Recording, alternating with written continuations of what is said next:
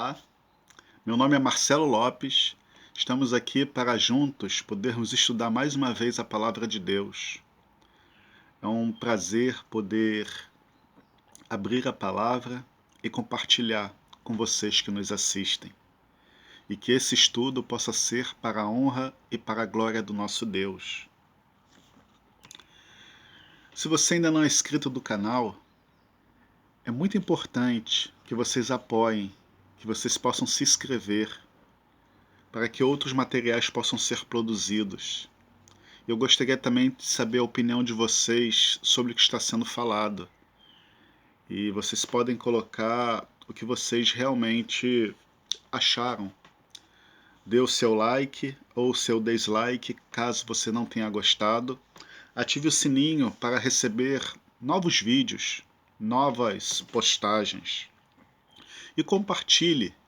Se esse vídeo, o Espírito Santo falou de alguma forma ao seu coração e te impressionou, então que vocês possam compartilhar com outras pessoas, para que elas também possam entender os assuntos importantes que estão sendo tratados aqui. Vamos falar com Deus. Santo Deus, amado Criador, mais uma vez aqui estamos para poder estudar a Tua Palavra e te pedimos que o Teu Santo Espírito possa falar profundamente aos nossos corações. Pai querido, usa-nos como instrumento para levar essas verdades ao mundo. E que sejas feita a sua vontade e não a minha. A minha vontade, Pai querido, é que essa mensagem chegue ao maior número de pessoas. Mas como eu bem falei, Pai querido, se o seu Espírito não me usar, tudo será em vão, tudo será esforço humano. Então eu te peço, Pai querido, pela misericórdia que há no seu santo nome, que o Senhor tenha misericórdia e que o Senhor nos abençoe com a sua presença. É o que eu te peço, é o que eu te agradeço, em nome de Cristo Jesus, nosso Senhor. Amém. Num dos últimos vídeos postados, eu falei por que a necessidade de uma igreja remanescente nos últimos dias. E eu coloquei o que era prostituição espiritual, que é as pessoas se afastarem da verdade, se afastarem de Deus. Num dos primeiros vídeos que eu postei, eu falei aqui sobre a missão do Espírito Santo. A missão do Espírito Santo, quando ele viesse, seria convencer o mundo que do pecado, da justiça e do juízo. Mas tem uma parte muito importante também. O Espírito Santo, ele guiaria o povo de Deus a toda a verdade. Por que guiar o povo de Deus a toda a verdade? Porque nós vemos que o chifre pequeno, a grande meretriz de Apocalipse 17, ela jogou a verdade por terra. E o que ela fez prosperou.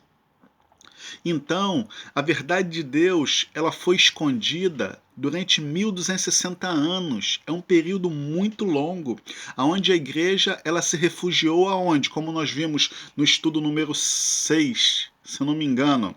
Ela se refugiou no deserto, nos lugares o que escondidos, porque ela estava sendo o que perseguida. Eu citei aqui o exemplo de Acabe, né? Quando do Acabe quando estava perseguindo Elias, né? E Elias foi para onde? Foi para o deserto, lugar onde ele encontrou segurança. Porque se ele tivesse ali pelas redondezas ali, Acabe com certeza teria o achado. Ok? Agora, uma coisa que eu ficava analisando, uma coisa que eu achei muito importante. Olha, quando nós vemos sobre o chifre pequeno, eu me lembro que o pastor Arilton, né, ele falou que Deus ele havia dado ali 10 características para que o seu povo pudesse descobrir quem era o chifre pequeno. E até num dos programas do Bíblia Fácil, né, em que ele explicava o livro de Daniel, ele explicou 3 características. Das 10 ele explicou 3.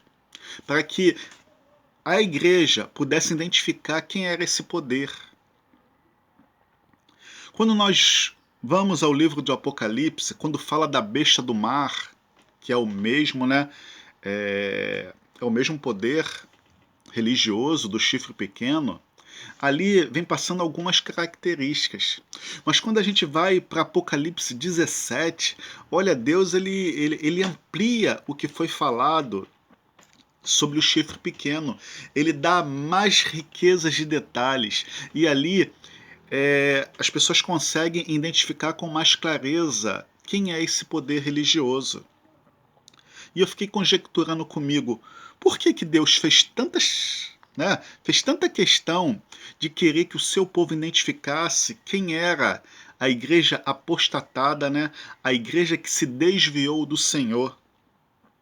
E eu fiquei conjecturando, será que Deus ele também não faria a mesma coisa para que as pessoas pudessem identificar quem é a igreja remanescente dos últimos dias? Meus amados irmãos, igreja não é tudo igual. Quando você estuda a palavra de Deus, você começa a ver que igreja não é tudo igual. Por quê? Olha só, eu já expliquei também em alguns estudos anteriores, mas como alguém pode estar chegando agora, precisa entender alguma coisa que é muito importante. Quando iniciou o período das reformas, né, Deus levantou alguns reformadores para trazer as verdades da palavra de Deus de novo ao conhecimento. Nós tivemos vários reformadores ao longo, né, desse movimento de reforma. E o mais conhecido deles foi quem? Foi Martinho Lutero. Mas teve outros antes dele e posteriormente também tiveram outros. Mas o mais conhecido foi Martinho Lutero. Agora, em qual ponto Martinho Lutero ele avançou? Na justificação pela fé. Ele colocou lá as teses, né, da justificação pela fé. Pela fé, nós vamos a Deus e Ele nos justifica. Nós não precisamos de mediadores humanos. Nós não precisamos de indulgência. Nós vamos aonde? Nós vamos direto a Deus. Aquela era a verdade presente para aquele momento. Só que Deus levantou muitos outros reformadores. Muitos outros trazendo verdades importantes. Mas a reforma, ela não deveria ter parado aí. Ela deveria ter avançado. Por quê? Nos últimos dias, nós precisaríamos o quê? De um evangelho eterno, um evangelho completo, e não um evangelho parcial. Porque, eu volto a afirmar, as pessoas dos últimos dias, elas terão que tomar uma decisão importante de que lado estar desse grande conflito. Então, não pode ter nenhuma sombra de dúvidas.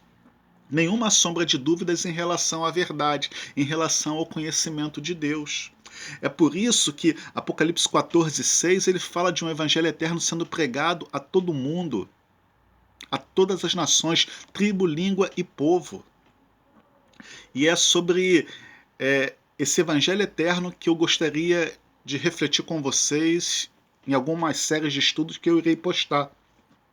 Eu não sei quantos estudos vão ser, se vai ser na faixa de 4 ou 5, mas vai ser estudos importantes para que vocês possam também identificar na palavra de Deus quem é a igreja remanescente dos últimos dias. Lembrando, existe, se eu não me engano, mais de 35 mil denominações religiosas. E quando nós estudamos lá, né, sobre Efésios capítulo 5, versículo 25 em diante, sobre a igreja de Cristo, nós vemos que é uma igreja pura e imaculada. Ela não pode ter nenhum traço de sujeira, ela não pode ter nada que não pertença ao seu noivo. E uma coisa que eu vou deixar aqui, para que vocês já comecem a conjecturar, é em relação ao domingo. A minha esposa, né, quando eu conheci ela era batista, e eu perguntei para ela qual dia que a igreja dela guardava. E ela falou, não guarda nenhum dia. E eu cheguei na internet, né, ao lado dela ali, e eu fui lá, na Convenção Batista Brasileira. E quando eu cheguei lá, estava lá, em relação à guarda do domingo. mesmo que a igreja não guarde, né, mas ela está na sua convenção, a guarda do domingo. Aí eu falo para vocês, aonde está o amparo bíblico para que a igreja desejasse fazer isso? Sim, Jesus Cristo ressuscitou, poxa, perfeito, no primeiro dia, excelente, mas isso não torna esse dia um dia especial. Nós vemos na Bíblia, de ponta a ponta, Deus ele falando do sábado. De ponta a ponta, Deus ele fala do sábado. O domingo não tem amparo bíblico. Não tem amparo bíblico. O porquê que eu estou citando aqui esse exemplo? Porque se a igreja ela tem alguma coisa que não pertence ao seu Senhor, essa igreja já não é a mais pura e imaculada, como ela é descrita em Efésios capítulo 5, versículo 25 em diante. Ela tem que pertencer 100% ao seu marido. Ela não pode ter nada que não pertença a ele. Isso é muito importante e tem uma série de outras coisas também que eu gostaria de demonstrar nesses estudos. Porque a palavra de Deus, ela vai te mostrar quem é a igreja remanescente dos últimos dias entre todas essas 35 mil religiões, né, cristãs que existem no mundo. Deus ele pretende mostrar na sua palavra quem é a igreja verdadeira. Eu vou citar aqui um exemplo rápido, né? Quando a gente pede a orientação do Espírito Santo, a gente já não fala aquilo que a gente deseja, mas aquilo que o Espírito Santo deseja que a gente fale. Então, eu sigo o que o Espírito Santo fala à minha mente. Eu vou citar o exemplo aqui quando o povo de Israel foi dividido, né? Salomão, ele oprimia, né? O povo de Israel oprimia em certo ponto, né? E aí veio a morte de Salomão. O seu filho assumiu, e aí alguns líderes, né, das tribos de Israel foram lá conversar com eles, né? E o filho de Salomão teve dois conselhos, teve o conselho dos mais novos e o conselho dos mais antigos, né? Em aliviar um pouco o fardo que estava sobre o povo. Só que o filho de Salomão, ele não deu crédito aos mais experientes e deu crédito aos mais novos. E o que aconteceu com isso? Aconteceu uma revolta, e nessa revolta o povo se dividiu. Foi dividido em o Reino do Norte e o Reino do Sul. O Reino do Sul ficou com Judá, e o Reino do Norte ficou com as outras 10 tribos de Israel. Para que cortasse o vínculo, porque o povo de Israel, eles iam a Jerusalém para adorar ao Senhor. Então, Jeroboão, para cortar o vínculo que o povo tinha de ir a Jerusalém para adorar ao Senhor, o que ele decidiu fazer? Decidiu fazer ali o quê? Um templo, decidiu oficializar sacerdotes, e aí ele cometeu um grave erro perante Deus, perante o Senhor. Ele fez o povo de Israel pecar. Porque não é aquilo que eu quero, não é aquilo que você quer, mas é aquilo que Deus deseja. Se Deus havia dividido o reino, se Deus havia constituído Jeroboão, é porque Deus o iria sustentar caso ele fosse fiel. Mas muitas vezes a gente quer fazer as coisas da nossa própria maneira, do nosso jeito. E aí nunca termina bem. Vocês entendem o que eu estou dizendo? Cortar o vínculo. Jeroboão quis cortar o vínculo que o povo tinha para ir aonde? A Jerusalém para adorar ao Senhor. Satanás fez a mesma coisa. Ele quis cortar o vínculo que a humanidade tinha com quem? Com o seu Criador. E como ele iria cortar o vínculo? Cortando o sábado. Porque o sábado é apenas o quê? É apenas um lembrete do Deus Criador.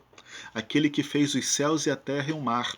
Quando você vai para Êxodo capítulo 20, versículo 8, você vê lá, ó, lembra-te do dia de sábado para o santificar. 6 dias trabalharás e farás toda a tua obra. Mas ele fala assim, ó, o sétimo dia é o sábado do Senhor teu Deus.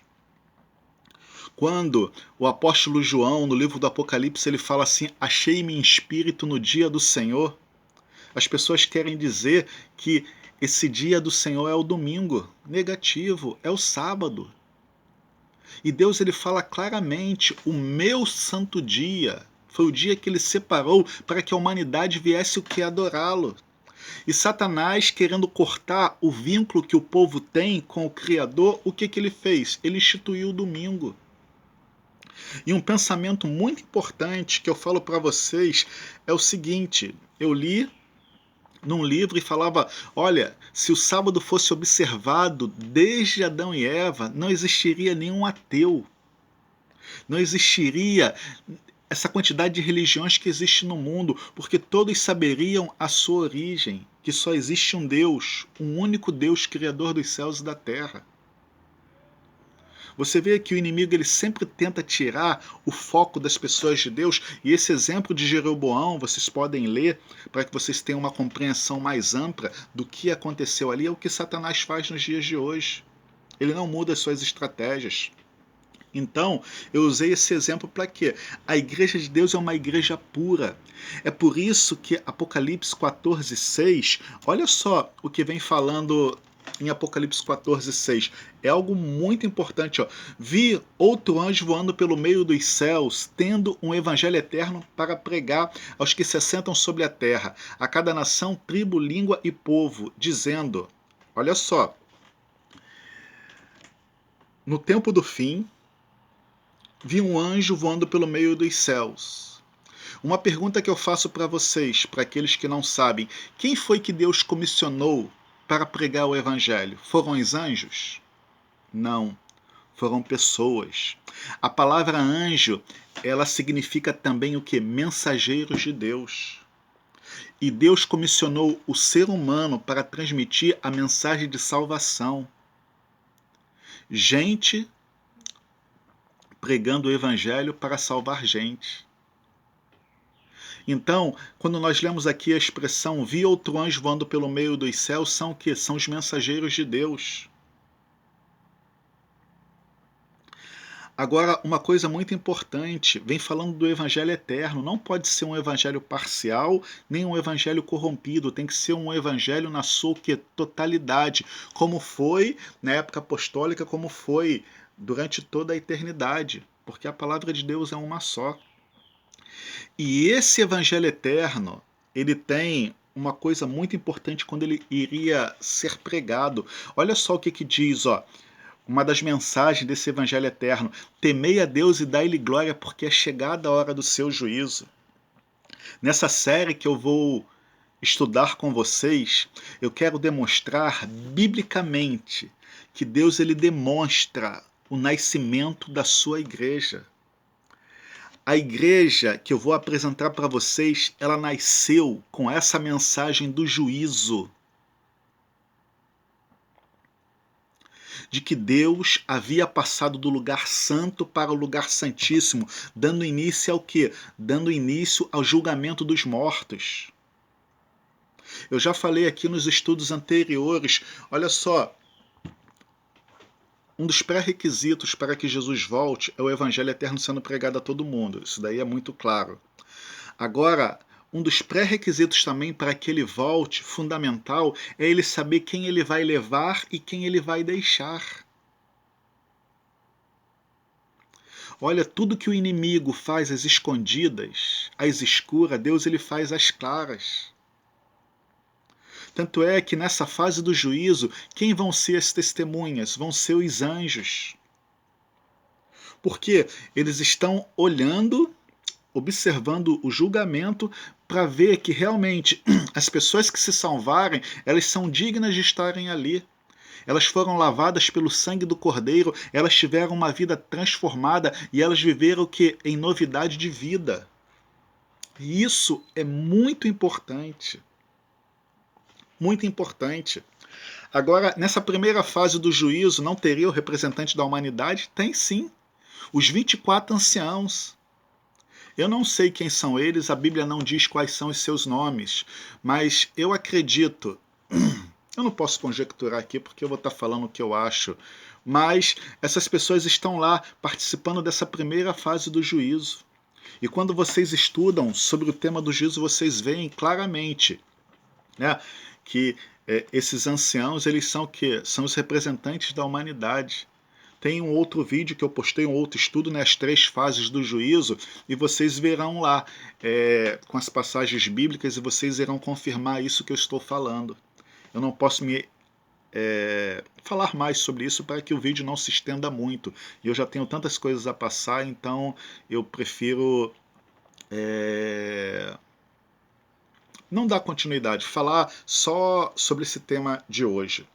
Olha só, então, a primeira fase, né, dessa mensagem angélica, né, porque elas são 3 ou são 4, é o que? Temei a Deus e dai-lhe glória. Por quê? Deus, ele é amor, mas ele também é o que? Fogo consumidor. Deus, ele é justo e ele vai tratar cada um segundo o quê? Segundo as suas obras. Então fala assim, ó, temei a Deus e dai-lhe glória, porque é chegada a hora do seu juízo. Olha, Deus, ele havia começado o juízo. Eu já falei várias vezes em Eclesiastes capítulo 12, versículo de 13 a 14, diz, olha só, de tudo que se tem ouvido, assuma, teme a Deus e guarde os seus mandamentos, porque esse é o dever de todo homem. Aí fala assim, ó, porque Deus há de trazer a juízo. Esse está no futuro. Porque o juízo de Deus ainda não havia começado. Aí eu te falo, como é que uma pessoa poderia ir por céu se ela ainda não passou por um juízo? Então, meus queridos irmãos, é muito simples. O próprio Cristo, quando ele esteve aqui na Terra, ele explicou. A pessoa, quando morre, como Lázaro, que ele citou o exemplo, né? Como aquela menina também que ele foi ressuscitar, estão dormindo, aguardando no pó da terra. E uma coisa que eu vejo que não tem lógica, o que as pessoas falam, né? Quando a pessoa morre, vai para o céu ou vai para o inferno? Poxa, peraí. Se a pessoa morreu com Cristo, ela vai para o céu. Aí quando Jesus Cristo vier buscar a sua igreja, ela desce para a terra de novo, para ela voltar de novo para o céu? Não tem lógica. É por isso que nos últimos dias o evangelho eterno ele precisaria ser o quê? Ele precisaria ser restaurado. Uma outra coisa, olha só, o inferno foi preparado para o diabo e seus anjos. Como pode o ser humano morrer, já está sofrendo no inferno, enquanto Satanás ainda está aqui perturbando as pessoas? Não tem lógica isso. Vocês entendem? Então, são essas verdades que precisam ser o que? Restaurada, para que a humanidade possa ter uma compreensão exata do evangelho eterno e não o evangelho parcial. E com esses estudos que eu pretendo mostrar para vocês é que a igreja remanescente ela tem um nascimento e a Bíblia demonstra isso.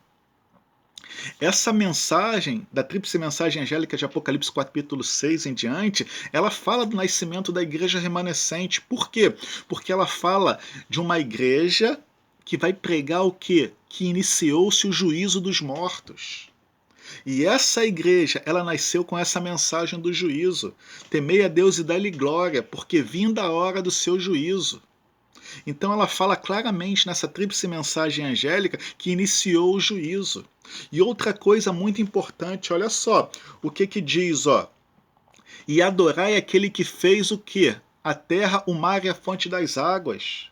Olha só, é uma alusão ao quê? Ao sábado. A verdadeira adoração àquele que fez. É algo muito importante. Adorar ao Criador, aquele que fez. O sábado é um lembrete do Deus Criador. É como se a cada semana nós parássemos para o quê? Para refletir o que Deus fez por nós. Tanto é que no céu, o livro de Isaías, ele fala claramente de uma lua nova a outra, de um sábado a outro virá toda a carne me adorar perante mim, diz o Senhor. É uma pausa na semana, o último dia, para que você lembre do que Deus fez por você. Se você hoje está vivo, se o fôlego de vida, né, está em você, é porque um dia Deus ele te criou. Ele soprou nas narinas, né, o fôlego da vida, e o homem passou a ser o que? Alma vivente. Então essas verdades precisam ser restauradas. E olha, a tríplice mensagem angélica, ela faz um convite também ao quê? À verdadeira adoração. Ou você adora a Deus, ou você vai adorar aos homens. E quem é que está por detrás dessa adoração humana? Satanás. É um grande conflito, meus amados irmãos. Vamos dar continuidade. Olha só, com a pregação desse evangelho eterno, vem o quê? A segunda mensagem angélica. E olha só o que ela diz. Seguiu-se a outro anjo, o segundo dizendo, caiu a grande Babilônia, que tem dado a beber de todas as nações do vinho da fúria da sua prostituição. Com o evangelho eterno, as mentiras de Babilônia caem por terra. Eu já demonstrei aqui em estudos anteriores, né, quantas heresias foram lançadas pela igreja apostatada. Quantas heresias, a cada concílio era lançada uma heresia nova. Por que heresia? Porque está o que? Em desacordo com esse livro. E esse livro deve ser o que? O nosso manual, a nossa constituição. Só a palavra de Deus. Então, vem a primeira mensagem, prega o evangelho eterno, a segunda mensagem fala da queda de Babilônia, porque você só permanece no erro se você quiser. E aí vem a terceira mensagem angélica. A terceira mensagem angélica, ela é importantíssima, porque ela fala do contexto que é de adoração. Se alguém adorar a besta ou a sua imagem, receber a sua marca na sua fronte ou na sua mão, também esse beberá o que? Da cólera da ira de Deus. O inimigo, antigamente, antes da queda de Babilônia, ele tinha uma adoração por meio do engano. Você vê, ó, a palavra de Deus ela pede para você se confessar a quem? A Deus. Entra no teu quarto, fecha a tua porta e conversa com Ele. Pede perdão pelos seus pecados. É pela fé em Cristo Jesus que nós somos perdoados. O inimigo ele criou o quê? Um outro meio de adoração. Você vai a um sacerdote, você vai a um padre, você confessa a ele os seus pecados e as suas transgressões, ele te paga uma penitência e ali você está o que? Absolvido. Isso não é bíblico. É por isso que Deus te chama o quê? Deus ele chama o quê? Um povo para pregar o evangelho eterno. E as mentiras de Babilônia caem por terra, as pessoas conhecem a verdade, e aí as pessoas têm que tomar uma decisão de que lado estar desse grande conflito. Aí eu falo o seguinte, o que Satanás ele tinha por meio do engano, agora ele quer o que? Pelo meio da força. E ele vai o que? Impor uma adoração. E aí é que eu falo que a humanidade terá que tomar uma difícil decisão. De que lado estar desse grande conflito? Do lado de Deus? Ou do lado dos homens? Que quem vai estar por trás é Satanás. E aí a quarta voz, ela fala algo muito profundo. Então ouvi uma voz, né? Escreve, bem-aventurados os mortos que desde agora morrem no Senhor. Sim, diz o Espírito, para que descansem das suas fadigas, pois as suas obras os acompanham.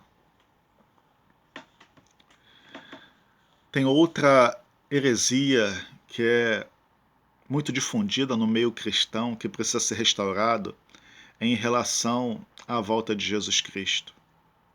As pessoas falam de um arrebatamento. Isso não é bíblico. Olha, a palavra de Deus ela diz que nós não precederemos os que dormem. O que a palavra de Deus está querendo dizer com esse texto? Que todos nós vamos para o céu juntos. Não vai um grupo antes, não vai outro grupo depois, e depois não vai os mortos, não. Todos vamos juntos. Deus ele não faz acepção de pessoas. Por que um grupo vai passar pela grande tribulação e por que o outro não? Deus ele não faz isso, meus amados irmãos. Não faz isso. Então, a quarta voz, ela fala em relação ao que? Bem-aventurados os mortos, muitos ainda darão a vida por amor a Jesus. A igreja, ela está se preparando para este momento decisivo da história da humanidade. Agora você vê, no momento em que a igreja for provada, o que vai acontecer? Aqueles que estão sendo fiéis a Deus vão simplesmente desaparecer e ir para o céu. Como é que Deus vai testemunhar para o mundo? Porque vai ser o testemunho dessas pessoas que morreram, que vai o quê? Ganhar a alma daqueles que não conhecem a Cristo ainda. E no mundo tem bilhões e bilhões de pessoas que precisam o quê? Conhecer em relação a esse Deus que nós conhecemos. Olha, o período que a igreja mais cresceu foi em períodos de dificuldade, foi em períodos de provação, em períodos de perseguição. Tem um texto que eu gosto muito, né, que está no livro Grande Conflito, que diz assim, ó, o sangue dos nossos mártires é semente, quanto mais somos ceifados por vós, quanto mais crescemos em número. Mais uma vez eu afirmo, é para este momento que a igreja está sendo preparada. E aqui diz, ó, bem-aventurados os mortos, que desde agora morrem no Senhor, sim, diz o Espírito, para que descansem das suas fadigas, pois as suas obras os acompanham. Tem um outro texto que diz, né, das almas debaixo do altar, que fala uma coisa muito, muito importante. E eu gostaria de ler para vocês, né? Se encontra em Apocalipse 6, versículo 9. Olha só o que diz assim, ó. Apocalipse 6, versículo 9. O quinto selo, as almas debaixo do altar. Quando ele abriu o quinto selo, vi debaixo do altar as almas daqueles que tinham sido mortos por causa da palavra de Deus e por causa do testemunho que sustentavam. A mesma coisa vai acontecer também no tempo do fim. Nós vamos ser mortos, muitos vão ser mortos, por ser fiel que à palavra de Deus e testemunhar para o que? Para o mundo, que mesmo em face da morte, nós escolhemos estar o que? Ao lado de Deus. E olha só o que diz assim, ó. Os mortos, né, clamavam em grande voz, dizendo: até quando, ó soberano, santo e verdadeiro, não julgas e nem vingas o nosso sangue dos que habitam sobre a terra? Olha só o que foi dito para eles. Então a cada um deles foi dada uma vestidura branca, e lhe disseram que repousasse ainda por um pouco de tempo, até que também se completasse o número dos seus conservos e seus irmãos, que iam ser mortos como igualmente eles foram. Esse texto aqui de Apocalipse 6, versículo de 9 a 11, ele complementa a quarta mensagem de Apocalipse 14. Muitos ainda darão a vida por amor a Jesus, muitos. E é para esse momento que a igreja está sendo preparada. Nesses estudos, eu quero abordar o nascimento da igreja remanescente. Como eu falei no início, se Deus deu várias características para que a gente pudesse identificar a igreja apostatada, será que Ele não daria características para que nós pudéssemos identificar quem é a igreja remanescente dos últimos dias? Ou será que todas as igrejas elas vão me conduzir a Cristo? Irmãos, não é hoje. Se vocês forem ver, muitas igrejas aí, né, como o Evangelho da Prosperidade, né, as pessoas estão louvando a Deus de tudo quanto é tipo. Olha, tem tanta coisa acontecendo no meio religioso e é muito triste. Uma vez foi me falada uma coisa muito importante: quando você vai para a igreja, você vai para prestar um culto de adoração a Deus ou você vai para assistir um culto? Porque se você for oferecer um culto de adoração a Deus, você vai para oferecer, você não vai para receber. Agora, se você for para assistir um culto, você vai estar preocupado com os louvores, porque o louvor tem que te agradar a ti e não a Deus. Você vai estar preocupado com a mensagem, quem é o orador. Ah, se for tal orador, eu não vou não. Então tudo muda. Agora, uma palhinha desse evangelho eterno para que você pudesse descobrir quem é a igreja remanescente. Olha só o que diz. Praticamente no final dessa tríplice mensagem angélica, né? Olha só o que diz. Deus ele dá uma palhinha para que você pudesse o quê? descobrir quem é a igreja remanescente. Ele começa a te dar uma série de dicas. E olha só, o versículo 12, né? Apocalipse capítulo 14, versículo 12. Aqui está a perseverança dos santos, aqueles que vão perseverar sendo fiéis a Deus. E eu peço muito a Deus que eu possa ser um desses. E aqui diz, ó, uma palhinha que Deus está dando para você identificar quem é a igreja remanescente, os que guardam os mandamentos de Deus e a fé em Jesus. A lei de Deus ainda está em vigor. Fica muito claro quando nós lemos aqui na palavra de Deus, no livro de Romanos, no livro de João, né? 1 João. Aonde não há lei, também não há transgressão, porque o pecado é a transgressão da lei de Deus. E tem outro texto que diz, aonde não há lei, também não há transgressão. Quer dizer, se hoje não houver lei, não há transgressão. Se não há transgressão, não há pecado, porque o pecado é o que? A transgressão da lei de Deus, como diz 1 João. Então a lei de Deus ela ainda está em vigor, porque ela é a norma pelo qual nós seremos julgados. Vocês se lembram que eu li aqui Eclesiastes capítulo 14, Eclesiastes 12, versículo 13 e 14? Diz, de tudo que se tem ouvido, de tudo que você já ouviu no mundo, assuma e teme a Deus e guarde os seus mandamentos. Olha, os mesmos mandamentos que foi dado lá no Monte Sinai. E ele faz uma alusão ao quê? Ao juízo de Deus, porque fala assim, ó, porque Deus há de trazer a juízo todas as obras. Se o povo ainda não tinha sido julgado, né? Como é que a lei de Deus não estaria mais em vigor se ela é a norma pelo qual nós seremos julgados? São essas verdades que precisam ser restauradas, meus queridos irmãos. E se vocês acompanharem essa série, vocês verão que Deus ele mostrou na sua palavra o nascimento da igreja remanescente, que tem por objetivo restaurar a lei de Deus que foi pisada, né? Vocês se lembram quando eu li lá, Daniel capítulo 7, fala que nos últimos dias, né, cuidaria em mudar os tempos e a lei? A lei de Deus foi mudada. No lugar do sábado foi retirado e foi colocado o que? O domingo. No lugar do segundo mandamento foi colocado outro mandamento. Só que nos últimos dias a verdade de Deus precisaria ser restaurada. As pessoas precisariam conhecer a verdade de Deus.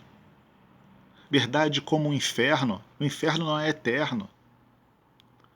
A Bíblia fala de um lago de fogo no final, quando a cidade santa descer depois do milênio, depois dos 1000 anos. Os ímpios vão sitiar com Satanás a cidade santa e aí vai descer fogo dos céus. Nós temos que entender essas verdades, porque elas farão uma enorme diferença. Uma outra verdade que precisa ser dita, são tantas coisas para falar e o tempo é tão curto, mas é um prazer que eu tenho de estudar a palavra de Deus e falar as coisas. Uma outra verdade muito importante que fala em relação à volta de Jesus Cristo. Jesus Cristo, quando ele vier, ele não vai tocar aqui essa terra. E o inimigo que vai imitar a volta de Jesus Cristo, ele vai tocar nessa terra. Jesus Cristo, quando ele vier, ele virá com poder e grande glória. É uma glória que quem está em pecado não consegue suportar, porque essa mesma glória vai matar os ímpios.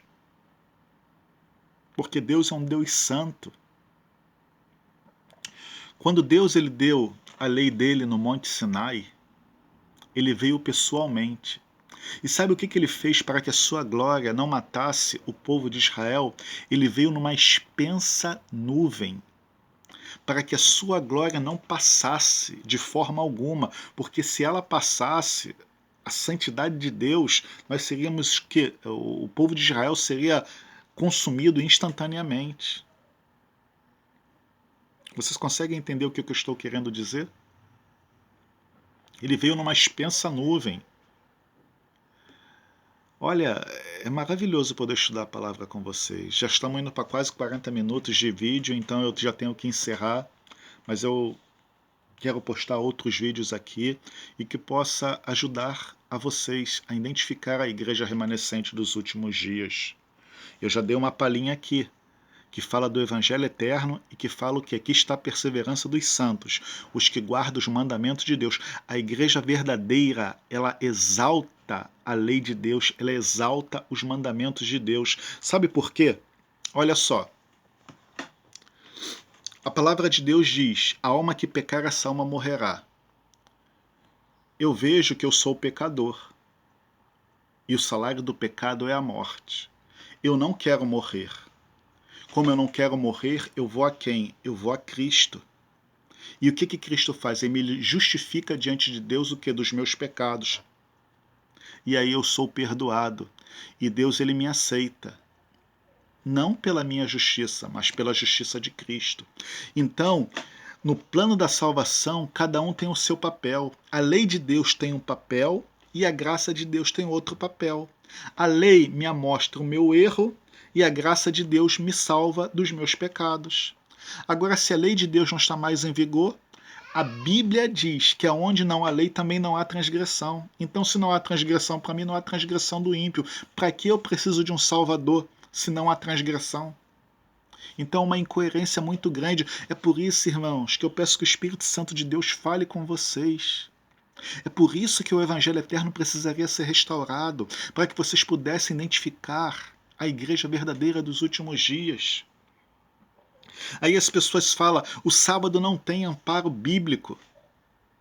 Porque as pessoas, o quê? Elas não aceitam a palavra de Deus como um todo. Ela faz uma separação entre novo e velho. E a palavra de Deus é uma só.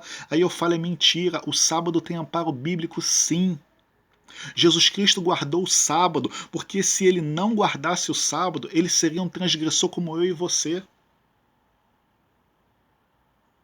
Uma outra coisa que também deixa essas pessoas sem, como é que se diz? Sem chão, é que fala que Maria, ela descansou conforme o mandamento. Então fala que Maria, mesmo após a morte de Jesus Cristo, descansou conforme o mandamento. Se Jesus Cristo em vida tivesse dado alguma instrução de que após a sua morte o sábado não estaria mais em vigor, por que a sua mãe e as mulheres que estavam ali com ela, elas iriam descansar conforme o mandamento? Jesus estava morto, elas poderiam ali cuidar do corpo de Jesus Cristo. Vocês conseguem entender o que eu estou querendo passar para vocês? Isso é muito importante, irmãos. Muito importante. Que Deus possa abençoar vocês, a vocês descobrirem as verdades da palavra de Deus, para que vocês possam adorar a Deus da forma como Ele deseja, de uma forma completa, de uma forma full time, e não de uma forma parcial. Ok?